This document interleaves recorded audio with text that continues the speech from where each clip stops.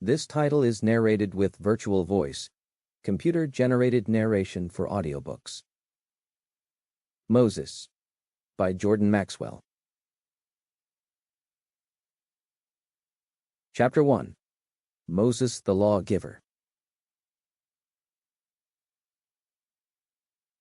Let us start by talking a bit about Moses, because Moses is very important to American law. Because the United States operates on three premises as follows. 1. Roman government. Our government is Roman in style. 2. Our philosophy is Greek, and 3. Our laws are Jewish. So Moses is very important to the laws of America. The Mosaic Law. So let's look at Moses because it's a very interesting history about the real story of Moses the lawgiver. We know that Moses was given the law by God. He's the lawgiver and the leader of the children of Israel. And supposedly God gave Moses the 10 Commandments on Mount Sinai, and he comes down from outside and bring it to the children of Israel, the new law, the whole.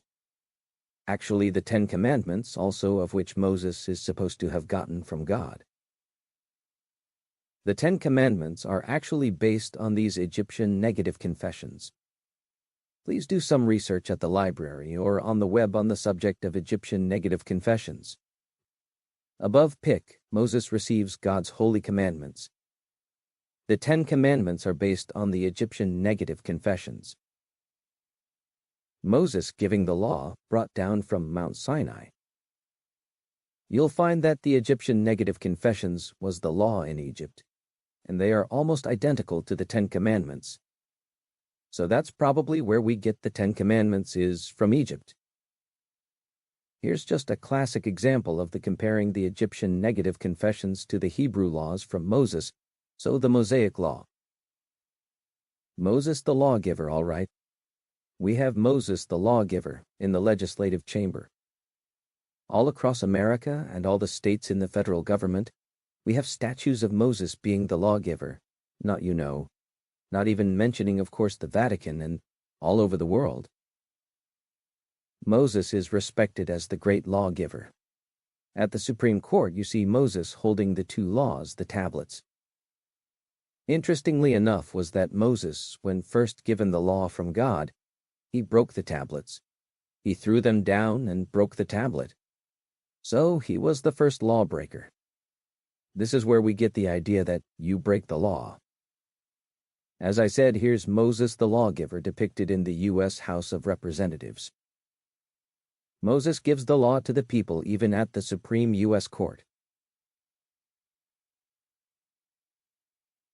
Chapter 2. Why does Moses have horns?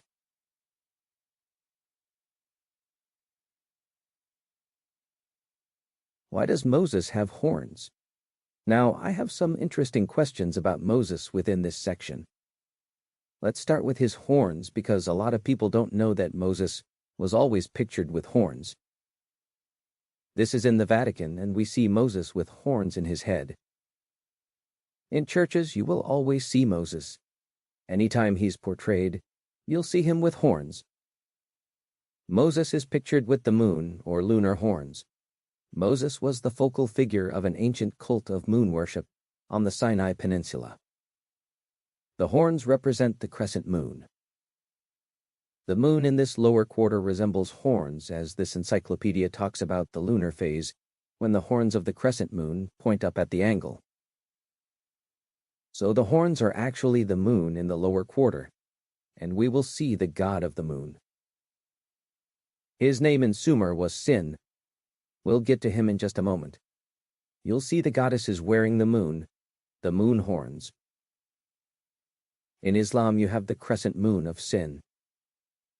Ancient moon deity of Babylon, nothing to do with Muhammad.